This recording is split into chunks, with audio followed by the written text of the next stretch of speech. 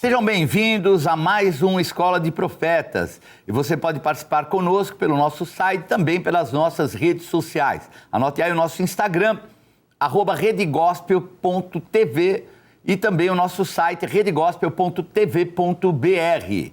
E caso você queira, você pode assistir também às nossas aulas no nosso canal do YouTube. Anote também youtube.com/CEAR Escola de Profetas. Se inscreva para receber notificações dos novos vídeos. E nós estamos então na série de Esdras, o livro de Esdras e, obviamente, o grande sacerdote Esdras. E o tema de hoje é reconstrução do templo. Bom, para nós falarmos a respeito da reconstrução do templo, nós temos que primeiro nos nortearmos a respeito do tempo, período que foi reconstruído o templo, para que a gente possa até se posicionar e entender primeiro que quando é dado o primeiro retorno, Esdras não está participando, tá bom? Então vamos ver aí, você pode ver aí, eu vou deixar essa imagem para você me acompanhar. Então, o primeiro retorno, vamos dizer assim, de Jerusalém, porque vão acontecer dois, é um retorno de 50 mil judeus de 2,5 milhões que habitavam ali na região da Mesopotâmia. Então eles vão ali debaixo do domínio de um homem chamado Zorobabel, que depois também vamos falar mais detalhadamente a respeito dele. E o período é do primeiro ano de Ciro ao 6º ano de Dario. Então um período mais ou menos de 20 anos, que é a reconstrução e inauguração do templo. Então o foco, como nós falamos, reconstrução do templo e não de suas casas. Então, a reconstrução, ela vai começar pelo altar. Então, o mais importante não eram as casas deles, né? Porque eles buscavam muito as casas. Até para nós entendermos um pouquinho, eu queria pôr aí, vê se essa imagem da nossa timeline desse período, que é muito importante a gente ter a noção de tempo. Então, quando eles chegam em Jerusalém, eles chegam e já estão habitando ali um grande contingente de povos estrangeiros chamados samaritanos. Então, eles já estão morando lá, já estavam há muito tempo. Em 723 a.C., que houve, vamos dizer assim, a destruição das 10 tribos do norte de Israel, e eles foram espalhados pelo mundo. E no lugar de Israel, as tribos do norte, foram colocados povos estrangeiros. Então eles vieram, foram colocados ali. Então, esse período que eles chegaram, mais ou menos 723, nós estamos falando 586. Então veja quanto tempo que os samaritanos ficaram construindo, morando, dominando o lugar. A hora que os judeus chegaram para reconstruir, já tinham passado praticamente 150 anos. 160 anos, vamos dizer aí. Então, eles já estavam estabelecidos. E aí os judeus chegam para reconstruir o templo e começam a olhar. Aí vê as casas dos samaritanos, bonitas, tudo certinho. Poxa, depois de 150 anos edificando, não tem dúvida que estavam lá. Aí começa um processo terrível. Por quê? Porque os samaritanos, eles, depois eu dou uma descrição até mais detalhada, eles, entre aspas, cultuavam a Deus. Mas da maneira deles, misturavam com a idolatria que eles tinham dos seus povos, né, das suas nações. Então, eles tinham uma aparência de serem como homens que buscavam a Deus, mas a essência não era. E eles estavam mais envolvidos, estavam ali muito bem melhor de vida. E quando os judeus chegaram para reconstruir o templo, eles começaram a priorizar as suas próprias casas. Deixaram de lado a casa do Senhor priorizaram as suas casas. Dessa maneira, esses homens chamados samaritanos se potencializaram e mandaram parar a construção do templo. Então vejam, o que é importante em tudo isso é o que eu falei sobre essa prioridade. Primeiro a casa do Senhor, depois a nossa casa. Isso é um propósito muito importante para nós. Vamos ver também Esdras capítulo 2, versículo 61, que diz assim: também dos filhos dos sacerdotes, os filhos de Abaías, os filhos de Cós, os filhos de Barzilai, que se casara com uma das filhas de Barzilai, o gileadita, e que foi chamado do nome dele. Estes procuraram seu registro nos livros genealógicos, porém não o acharam, pelo que foram tidos por imundos para o sacerdócio. O governador lhes disse que não comessem das coisas sagradas, até que se levantasse um sacerdote com Urim e com Tumim. Então, como eu estava falando, e você viu ali naquele painel, a prioridade é o mundo espiritual. Então, quando eu falei também, os samaritanos já estavam estabelecidos há mais de 150 anos, imagine a malignidade espiritualmente que havia naquele lugar. O domínio espiritual de um povo que misturava idolatria com o culto a Deus, de uma forma totalmente condenável. Depois dou mais detalhes para vocês. Mas vejam que havia necessidade de chegarem ali, foram enviados sacerdotes, homens muito bem preparados. Mas o zelo que eles tinham era tão grande que eles não permitiram que fossem sacerdotes recebidos para fazer ali as oferendas, os sacrifícios, as ofertas, se não fossem da linhagem e confirmado que eram de uma linhagem vinda desde Arão. Então, o entendimento e a visão do sagrado foi muito importante nesse período, porque às vezes a gente perde de vista. Então nós vivemos num tempo em que existem pessoas aí que falam da ultra graça, da hipergraça, da super graça. Olha, eu estou pecando, mas os meus pecados já estão sendo tirados à consequência, porque a graça superabundou. Mas a Bíblia fala também que se superabundou o pecado, a graça, nós não vamos continuar no pecado para que haja o quê? O comprometimento das trevas, porque quando nós pecamos, você pode até ter o perdão do Senhor, mas não se esqueça, pecado alimenta e habilita demônios. Então, a visão era tão séria a respeito de santidade, que veio alguém que era da família, de alguém que conviveu muito tempo com o rei Davi. Então ali, daquela linhagem sacerdotal, fala a respeito de um homem chamado Barzilai, que uma filha dele se casou com um sacerdote, aliás, mas não constava na linhagem, eles tinham as crônicas, que eles eram verdadeiramente dessa linhagem que vinha de Arão.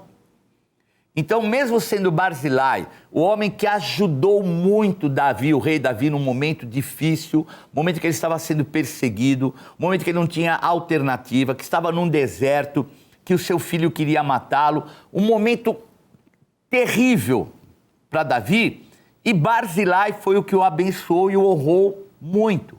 Mas nós não podemos falar só de mérito. Então, as pessoas muitas vezes, elas têm a ótica da meritocracia. Por aquilo que eu fiz, eu vou viver. Amém. Deus recompensa, Deus galardoa aqueles que buscam com fé. Mas nós não podemos viver de um passado, correto? Nós temos que ter santificação. Então, como estávamos chegando agora, naquele momento, ali em Jerusalém, o local comprometido com as trevas, estava ali contaminado por toda idolatria, pelo paganismo, que tinham ali os samaritanos. Então, imagine se não fosse feita uma seleção adequada, o que poderia acontecer. Aí, bispo, o que poderia acontecer? O que vai acontecer? Eles vão se misturar e a contaminação vai começar a acontecer. O templo, tudo bem, vai ser reconstruído. Há uma paralisação que é feita no templo, nós vamos também falar um pouquinho detalhadamente sobre isso. mas daí para frente vai começar o que nós chamamos a estrangeirice. Então o povo que veio para reconstruir Jerusalém vai começar a se casar com samaritanos, com estrangeiros, e vai começar a contaminação que era necessário impedir.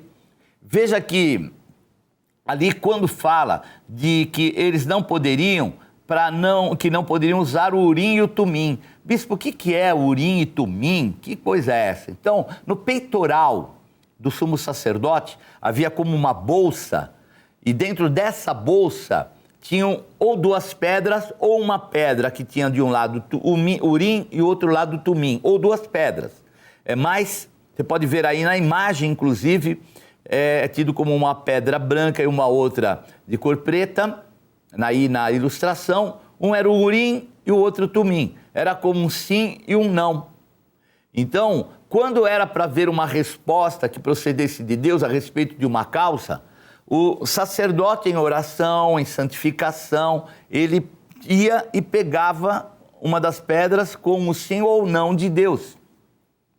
E de uma certa forma isso funcionava. Agora, por que funcionava? Porque a direção de Deus estava sobre ele. Porque o Espírito Santo de Deus o influenciava a pegar a pedra certa. Então não era uma questão de sorteio, era uma questão de direção de Deus.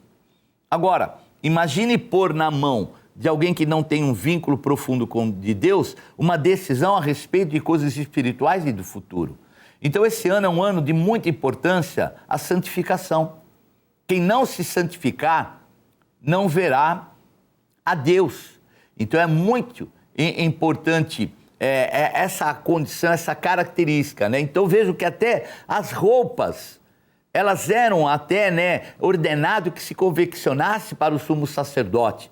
Então até a ligação que havia, vamos dizer assim, com a roupa, a santidade, a direção de Deus, era tremenda. Então presume-se, né, como nós falamos, que ainda naquele período era usado esse tipo, vamos dizer assim, de revelação.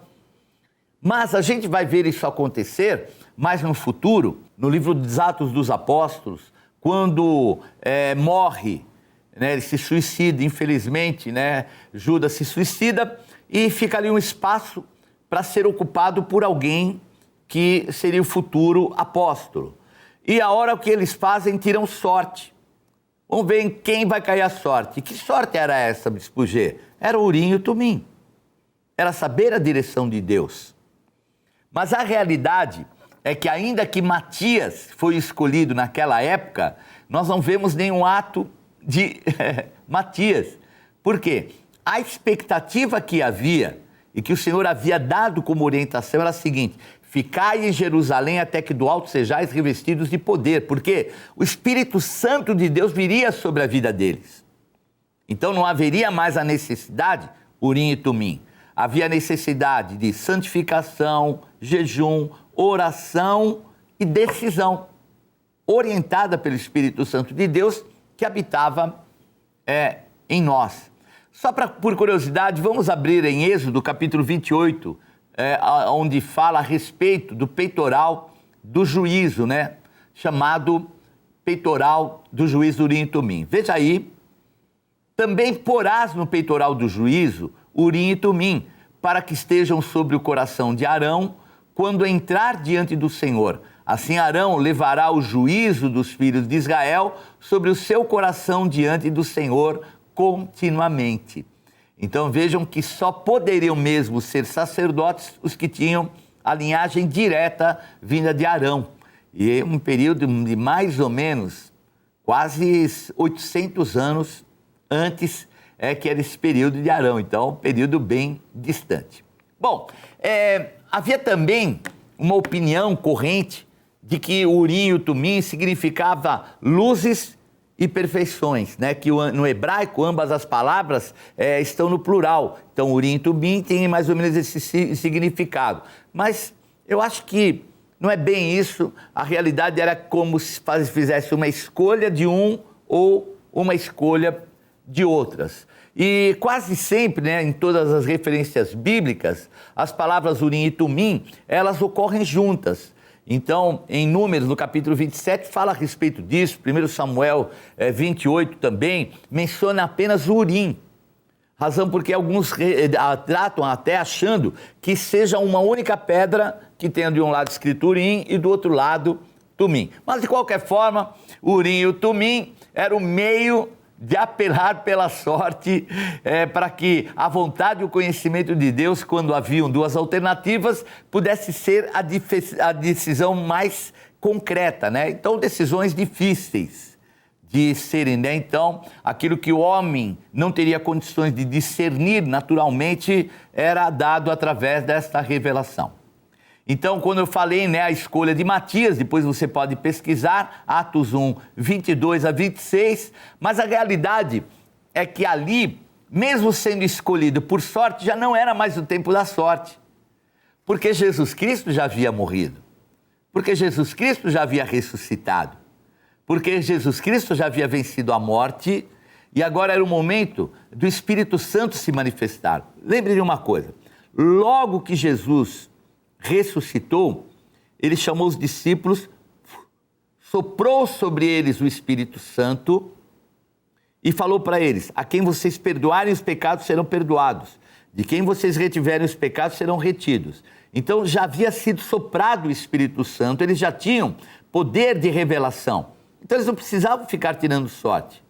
E é engraçado, né, que mesmo diante dessa sorte que foi tirada, Matias, quase não acontece nada com ele, né? Pelo menos no livro dos Atos dos Apóstolos. Agora, quantos atos do apóstolo Paulo, que não conviveu com Jesus os 3 anos, porque os apóstolos decidiram, olha, aquele que vai ocupar o lugar de Judas tem que ter estado os 3 anos com a gente, e aí eles escolhem de 2 e olha a oração, Senhor, desses 2, quem vai ocupar o cargo daquele que saiu? Foram os 2 que eles escolheram segundo o critério e ainda lançaram sorte. E aí o Espírito Santo chama o apóstolo Paulo, que vai fazer a grande diferença, amém? Então nós temos o Espírito Santo na nossa vida, mas a responsabilidade nossa, ela aumentou em muito. A santidade, compromisso, o jejum, saber daquilo que é sagrado, quanto é importante, hoje é muito mais importante porque habita em nós o Espírito Santo de Deus. Vamos dar continuidade então sobre o livro de Esdras, abrindo em Esdras no capítulo 3, que diz assim: em chegando o 7º mês, e estando os filhos de Israel já nas cidades, ajuntou-se o povo como um só homem em Jerusalém, levantou-se Jesuá, filho de Josadaque, seus irmãos sacerdotes, e Zorobabel, filho de Sealtiel, e seus irmãos, e edificaram o altar do Deus de Israel, para sobre ele oferecerem holocaustos, como está escrito na lei de Moisés, homem de Deus. Firmaram o altar sobre as suas bases, e ainda que estavam sob terror dos povos de outras terras, ofereceram sobre ele holocaustos ao Senhor de manhã e à tarde. Então vejam que o primeiro foco da reconstrução foi o altar. Então nós temos que entender que espiritualmente tudo começa no altar. O altar é lugar de adoração, o altar é lugar de busca do Senhor, do altar procede os conselhos. Então quando nós ministramos uma palavra na igreja, estamos num altar que é o do Senhor. Mas é o lugar aonde, que é naquele púlpito onde nós estamos, nós recebemos o poder do Espírito Santo e a revelação para que a palavra de Deus possa se cumprir. Então, a importância de nós estarmos em santidade, a importância também do povo entender o que é uma palavra profética e que Deus zela por cumprir ela é de muita importância. O que ocorre é que as pessoas muitas vezes preferem ficar em casa. Ah, mas bispo, eu recebo a palavra da mesma forma. Não recebe. Te garanto. Mas como é que você pode me julgar, bispo? Porque quando nós estamos à frente de uma TV, nós estamos ali recebendo algo, ou que foi gravado, ou até possa estar acontecendo naquele momento, mas ao mesmo tempo, muitas vezes com o celular na mão, muitas vezes o WhatsApp, ou então, de repente, você tem um pouco de fome, vou até a cozinha comer alguma coisa, vou pegar um biscoitinho e se desliga. Agora, é na igreja, na casa do Senhor, no templo, no altar, é que Deus ordena a bênção. Então, nesse ano, o ano de Esdras, se perderam alguns valores muito importantes do estar na casa do Senhor. Se não fosse importante a igreja, porque hoje as pessoas acham que a igreja é a igreja eletrônica, e é um mal isso. Pior, existem os chamados desigrejados, que nem tem mais igreja. Então você não recebe, e duvido que muitos de nós tenham recebido o poder do Espírito Santo como a gente recebe na casa do Senhor, onde somos visitados, onde até choramos daquela presença. Alguns dormem durante o culto, pela TV.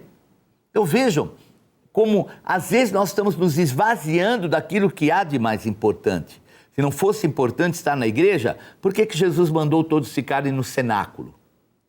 Por que mandou alugar um local aonde ele viria com poder?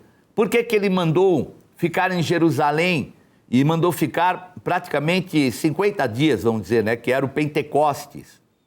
Se ali estavam na maioria galileus, que poderiam ir para a casa deles. Poxa, bispo, é um sacrifício ficar em Jerusalém 50 dias. Será que o Espírito Santo de Deus não pode vir na minha casa, lá na Galileia? Poderia, poderia. Mas essa não era esse o objetivo. O objetivo do Senhor, onde 2 ou 3 estiverem no meu nome, eu ali estarei. Onde 2 concordarem, será concordado. Então, nós somos chamados para comunhão. Quando Jesus chamou os seus discípulos, os chamou para os ensinar, os enviar e para estar com eles. E às vezes nós estamos perdendo esse foco do chamado e não queremos estar na comunhão. Eu tenho tido umas experiências muito gostosas com pessoas da igreja ali nos jardins, né? Final de semana nós fomos visitar um casal, foi um momento tão gostoso, tão importante. E às vezes a gente começa a perder a visão do lugar da comunhão, onde Deus ordena a bênção. Eu louvo a Deus pelos nossos jovens, né? Que hoje nós temos um grupo aí de teens também, o nosso A2, mas mais os teens, que eles têm hoje o espaço, eles ficam quase o dia inteiro na igreja, na comunhão, e a gente percebe que eles estão desenvolvendo muito mais do que muitos, que se restringem a ficar em casa para assistir um culto pela TV. E é muito sério isso, nós precisamos retomar essa comunhão.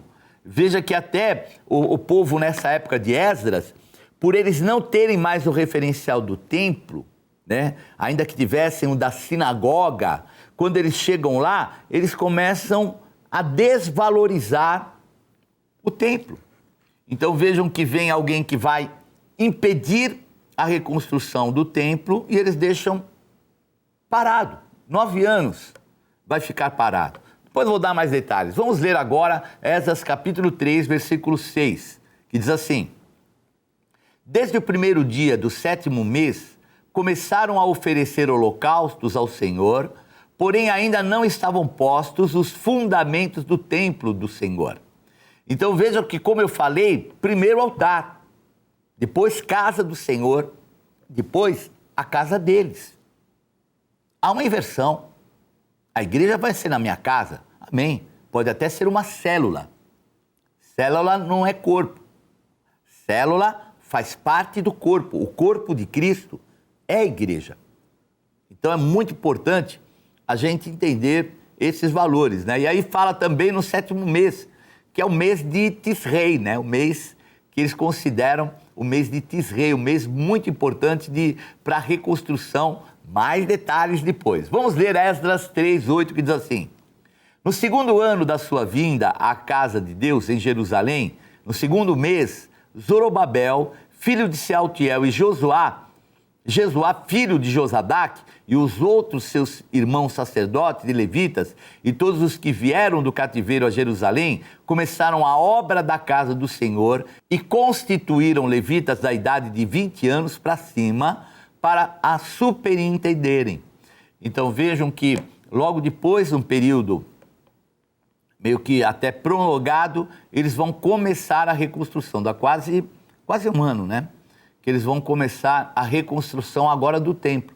Então, Prioridade altar, templo, a nossa casa. Bom, vamos falar a respeito desses dois personagens desse primeiro momento da reconstrução do templo. Um deles chamado Zorobabel. Então, a origem do seu nome, né, Zorobabel, vem do acadiano Zerubabili, que quer dizer semente da Babilônia. Olha, não podia ser nada mais, vamos dizer assim, expressivo, né? Porque ele nasceu na Babilônia.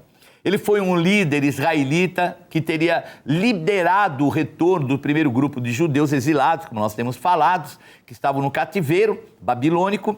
E é um fato histórico que vai acontecer após o ano 539 a.C. Então, o rei Ciro o Grande, como nós estávamos falando, havia ocupado a Babilônia. No livro de Ageu, Zorobabel é chamado de governador de Judá. E é muito importante nós sabermos que Zorobabel era descendente da casa de Davi. Por isso, o seu nome é até citado na genealogia de Jesus Cristo. Ele é mencionado como filho de Selatiel, neto de Jeconias, da descendência de Davi. Então, alguém que vinha de uma linhagem real. E alguém que vem da linhagem sacerdotal é o outro, que é Josuá, ou Jesuá. Então, vejam que coisa incrível. E Zorobabel era um homem muito bem relacionado com os reis da Pérsia.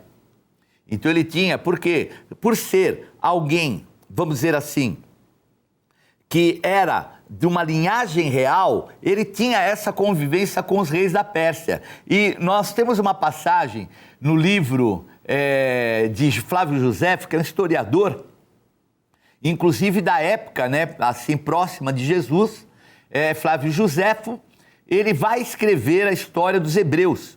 Então ele era alguém mesmo que frequentava com os reis, né, os reis persas, alguém que tinha esse envolvimento até pela família real, como eu já havia falado. Então ele vai, num momento de conversa, né, entre esses reis, é solicitado que se fale a respeito, vamos dizer assim, de qual é o elemento mais poderoso na vida do homem e, obviamente, naquele momento do Império Persa. Então, isso é escrito, inclusive, por Flávio Josefo, esse historiador, e que ele narra de uma forma muito sólida duas coisas. Primeiro, ele fala que o maior poder é a mulher e a verdade, obviamente priorizando a verdade. Então, eu quero ler até um trecho para vocês dessa passagem que fala sobre Zorobabel e as mulheres. Zorobabel, que devia falar por último, para mostrar que o poder das mulheres e da verdade é o mais forte, assim se expressou. Estou de acordo com a força do vinho e o poder dos reis, mas ouso afirmar que o poder das mulheres é ainda maior. Os homens e os reis têm nelas a sua origem. E se elas não tivessem posto no mundo os que cultivam as terras, a vinha não produziria o fruto cujo suco é tão agradável, de tudo teríamos falta sem as mulheres. Devemos ao seu trabalho as principais comodidades da vida. Elas fiam a lã e o tecido com que nos vestimos, têm cuidado de nossas famílias e não poderíamos passar sem elas. A sua beleza tem tanto encanto que nos fazem desprezar o ouro, a prata e a tudo que há de mais rico no mundo para ganharmos o seu afeto, para segui-las. Abandonamos sem pesar mãe, pai, parentes, amigos e a nossa própria pátria. Fazemo-la senhora não somente de tudo o que conquistamos com 1000 trabalhos na terra e no mar, mas de nós mesmos acrescentarei que vi o rei, senhor de tantas nações, permitir que Apameia, sua senhora, filha de Rapsacés, Temassim, lhe batesse no rosto e lhe arrancasse a coroa para pô-la na própria cabeça. E viu o grande príncipe rir-se quando ela estava de bom humor, afligir-se quando ela estava triste, adulá-la, unificar seus sentimentos dela e rebaixar-se até pedir-lhe desculpas quando julgá-la tê-la desgostado em alguma coisa. Todos os assistentes ficaram tão impressionados com essas palavras que começaram a se entreolhar. Zorobabel então passou do louvor às mulheres ao da verdade. Mostrei qual o poder das mulheres, Mas nem as mulheres nem os reis são comparáveis à verdade. Por maior que seja a terra, por mais alto que seja o céu, por mais rápido que seja o curso do sol, e Deus que os move e governa, Deus é justo e verdadeiro. E assim, é evidente que nada se iguala ao poder da verdade. Então vejam aí, as mulheres aí, parabéns a todas as mulheres, vejam que Zorobabel, desde aquela época, já valorizava as mulheres. Então vejam a importância que elas exerciam. Então um falou que o vinho era a coisa mais poderosa, o outro falou que era o rei, e ele então chega à última definição: a mulher e a verdade. Vamos encerrando então o nosso programa. Quero fazer um convite para você estar comigo na Renascer Jardins, Avenida Brigadeiro Faria Lima, número 1912. E caso você queira estar também na Renascer Casa Verde, anote aí, Avenida Engenheiro Caetano Álvares, 1267. Ou então ali com o Bispo Rueda, na Renascer Santo André, Avenida Pereira Barreto, 654. Até a próxima aula. Tchau, tchau. Tchau, tchau.